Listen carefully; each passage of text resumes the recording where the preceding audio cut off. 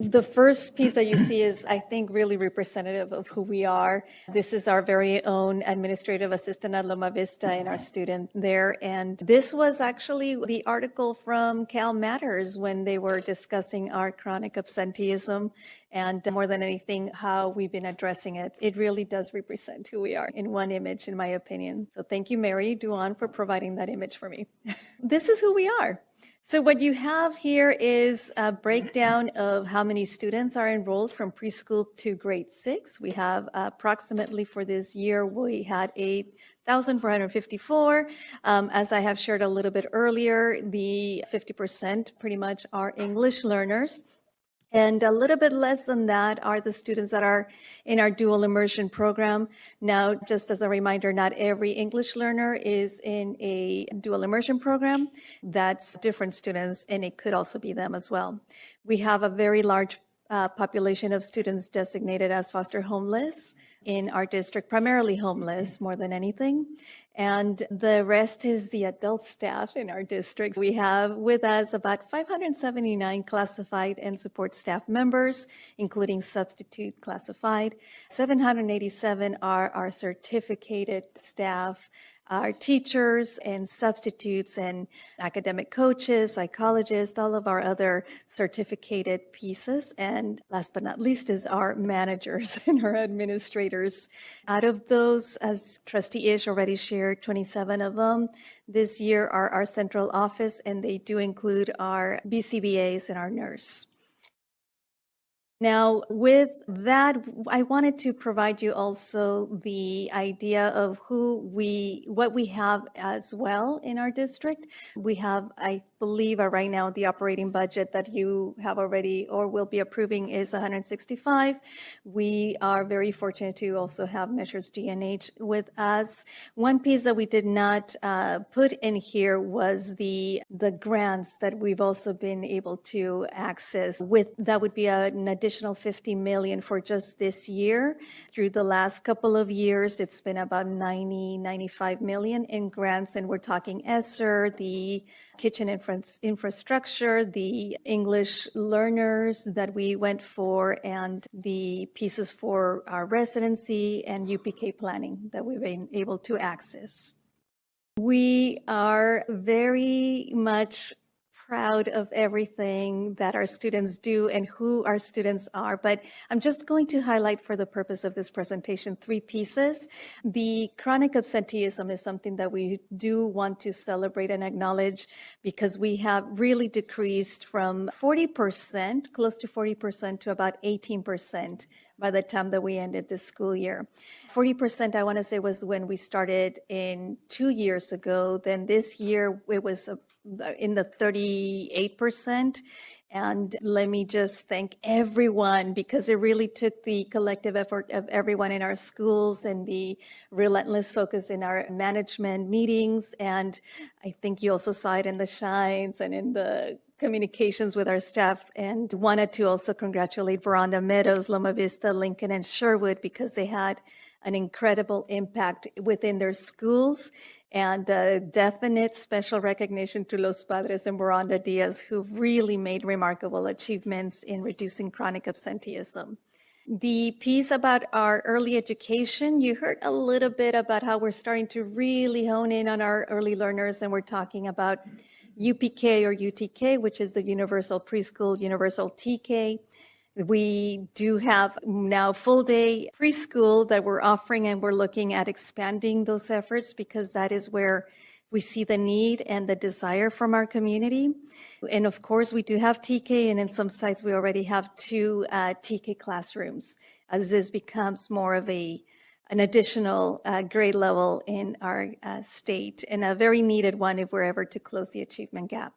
The last piece is the enrichment and creativity that is being displayed, I would say, in pretty much every classroom through the different efforts that we see, but in a concerted focus in our after school, in our extended learning, in our Saturday and spring and summer programs, as you heard from Ms. Johnson earlier. And I'm going to take advantage of this opportunity to also remind the district that we do have a STEAM summer camp taking place right now. We are serving close to 2,000 students from 8 a.m. to 5 p.m. And the STEAM focus, for those that may not know, is about science, technology, engineering, arts, and math in integrated project-based opportunities. The 4 locations this year are Los Padres, El Gavilan, Bronda Meadows, and Monterey Park. And it is free to all Salinas City Elementary students. That was my public service announcement to anyone that is listening, that we are looking forward to serving our students. The dual immersion in Spanish summer program is going to be starting next week for grades kinder through 5th grade. And our migrant outdoor education program, I believe, starts in July 15. So there's a lot of opportunities this summer that we are providing for our students. You also heard earlier about the film festival, which we were able to have this year, and we are starting that tradition in the future. Of particular note, I do want to emphasize the reclassification of our multilingual students. We had 404 students reclassified by the end of this school year, which is just something to really just celebrate, and that I know it's incredibly meaningful and impactful for our families. Every time that you may attend a DLAC meeting or an ELAC meeting, or we hear from our DLAC president, Mr. Galicia, you hear about how they really want us to be doing more opportunities to ensure that their children can be reclassified. So we were able to have over 400 students. So thank you to the Emergent Bilingual Department and Dr. Veith and the staff.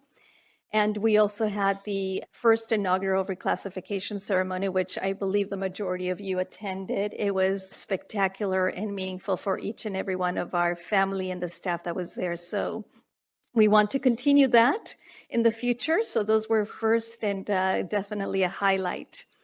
Another great thing is the professional development that we offer this year to our staff, whether they were certificated, classified, or management. Everyone had opportunities. And it was, I want to say, over 200 professional learning opportunities this year, Mr. Dillender, if I remember from Aldershot. Yeah. And I'm just putting some highlights here. So we had science of reading, that is as a volunteer. Any teacher that wanted to volunteer for deepening their understanding of science of reading had an opportunity to do this through the district and through MCOE. Out of that, we also had 2 schools that brought it to their schools for further development, and that was Bronda Meadows and Loma Vista. We continue looking at our cycles of collaborative inquiry as part of our WestEd in terms of how we're addressing the needs of our English learners. Thinking Maps was also structuring some tools and strategies for the addressing all students, but definitely helpful for our English learners. And we had even just a lot of opportunities through Benchmark Advance as well for all of our staff. Special education had several trainings, more than 100 trainings just on all areas for just teachers, BCBA, speech pathologists, and everyone. And preschool through TK teachers also had over 50 trainings on topics addressing developmentally appropriate spaces. And it was really well received by our staff that attended those. We really are very fortunate in all of the opportunities that this year we were able to bring to our adult learners, because we're all learners. In terms of some of the community engagement and educational partnerships, I'm just highlighting a few of the different pieces. I know that special education continue to do their parent meetings and focus groups and initiatives, so we know that's going to continue in the next year, and it has been really received. And at this point, we also have parents helping parents as well that do those pieces. The Fiscal Health Committee began to re-engage in conversations at the end of this school year. This is something that we will be ensuring that continues on a monthly and regular discussions centering on measures that the district can take in the short and long term to ensure fiscal responsibility in the face of state budget realities that we will be facing soon. The Parent Leadership Conference is not new to our district. We've had it for many years. It's a tradition that we are definitely proud of, but we have been starting to hold them at our different schools, and to see that sense of not only belonging but ownership from each school has been really special. This year we had the spring one at University Park and the fall one at Natividad. Really well attended, both of them, and we also had parents presenting on various topics. And I think that's an amazing opportunity of parents being leaders and being also just really our educational partners as well. We did have conversations on the LCAP there too, and in our special education department. But as it is with these times, there were a lot of topics about anxiety, addressing anxiety and how to deal with anxiety with adults as well as with our students. And that is something that we saw that was attended by our families. So we want to be able to ensure that we continue to address the social emotional learning and the mental wellness of our community. Our wellness committee continued to focus on the nutritional content of our food, reducing waste and serving more freshly prepared food. I think at this point we have moved to 60% scratch cooking, and in the future for next year we're looking at 80%. Yeah, we're going to be aiming to almost make it 100%. And our labor management initiative this year engaged in more of the collaborative system and process. So we were really looking at how are we going to be moving as problem solvers together. This is something that I know that the board not only is very much interested in, but it is one of the board committees where you do elect at your organizational meetings. Typically, we do have our board president. I know that Mr. Galimba is the elected board representative, and in the members of those are our SCTC and CSEA labor, as well as superintendent and cabinet. And we do have our school administration represented as well. Some of the pieces that I just wanted to highlight as initiatives, you have heard a lot about community schools because we were in the planning of community schools through the planning grant. We are looking at also being able to do the community schools implementation grant in this coming fall. So you will be hearing more on how we want to be able to do this. There will be more conversations with our community on this, on how we want to be able to bring this forward. I already talked about chronic absenteeism, so I'm not going to spend time with that one. And Cal Kids is not one of our district initiatives, but I do want to take this opportunity to let our board and our community know that we have over 6,500 of our students who already have a college savings account, and all they need to do is activate it. So we will be engaging this summer as well as in the fall on helping our families understand how they can access their college savings account. We have some schools that have maybe 2% of students that have now activated their account. I know that we did a big push in November or December in anticipation of report card period with some flyer information, but we want to be able to ensure that as students are enrolling or starting the year, that they know that they have access. Every research that I know and every good practice that I know is that even knowing that a child has $50, even if it's $50 when they're in first grade, it really does promote that desire, that motivation, and ability for them to seek out higher education.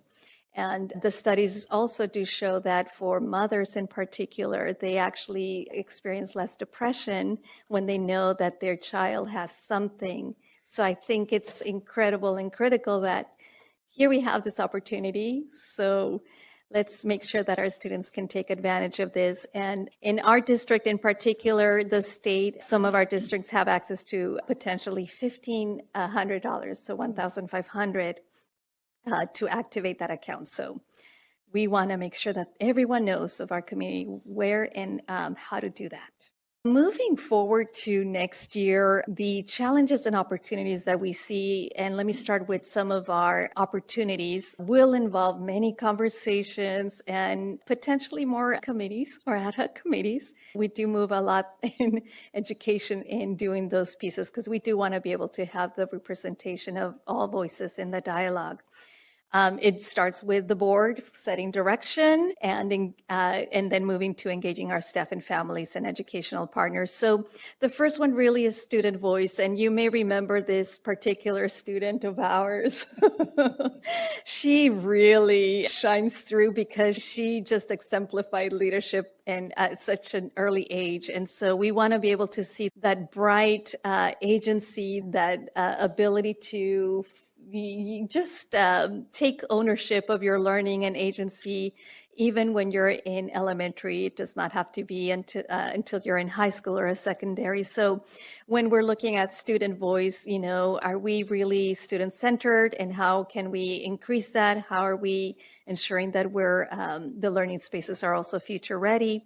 Who are our students? What dreams do they have or hold for their future? And how can we ensure that they're thriving now? So those are pieces that, as we look at how can we amplify and increase student voice and agency, we want to be able to do that.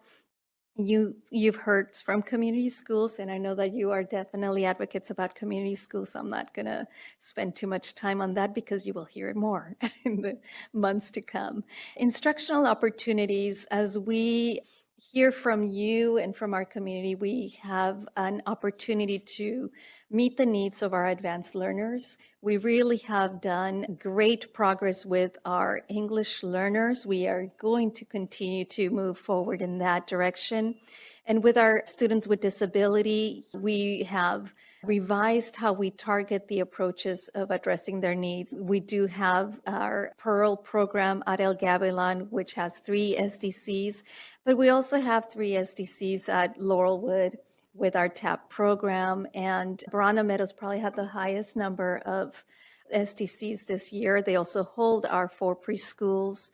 Sherwood has a significant number of students with disabilities. They will be having 2 preschool classes next year, as well as the 2 TSP classes, and University Park has 3 SDC classes as well. Monterey Park has 3, Roosevelt, Mission, Cameron, and Natividad are currently at 2. The need of our students with learning with disabilities is increasing. We're seeing more as we are moving into TK, and we want to be able to address their needs. But we also see an opportunity to look at the needs of our advanced learners. And our advanced learners, as well as every student, in terms of how do we enhance, promote curiosity and critical thinking. So those are some instructional opportunities for the future. We want to enhance our arts and innovation, in particular the arts, with our Prop 28 money.